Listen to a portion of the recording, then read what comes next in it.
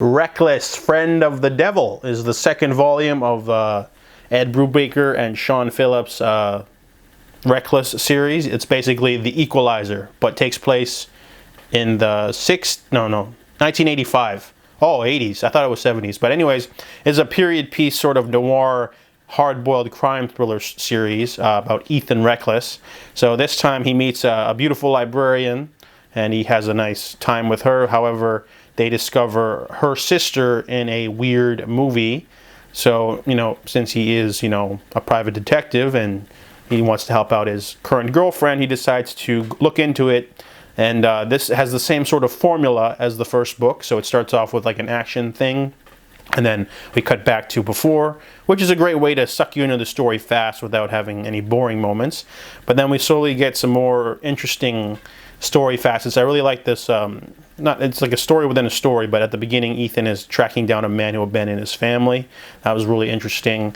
And then, they go into the main story where he's trying to find this actress, and there's like different things he's trying to get into. Overall, the story's not that interesting, but I really like some of the moments of him trying to get in there. And you got moments from his sidekick, the lady, and also, the ending's okay. It was an okay story, to be honest. It was just like worth reading if you're a fan of those types of stories. It was enjoyable.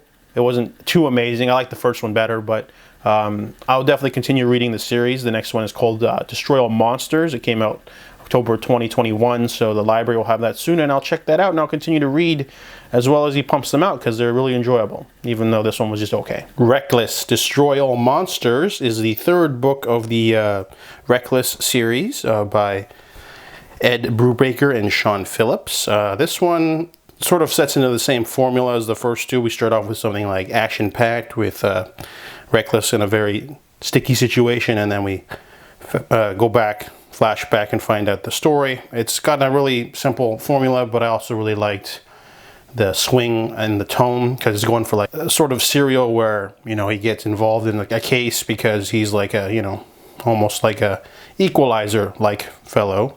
And this one explores Anna's backstory, which is pretty cool because, she's kind of like the sidekick, the sassy girl that's there, but we actually get a little flashback of how they met, and then we get nothing else. The way it ends is him saying it in flashback. So I'm guessing they're probably winding down to an inevitable conclusion. But however, the next Reckless book does come out. It's called The Ghost in You. It comes out April 2022. So I'm looking forward to that. This is a nice, fun new series to read. It's very noirish. It's really old school because it takes place in the 80s.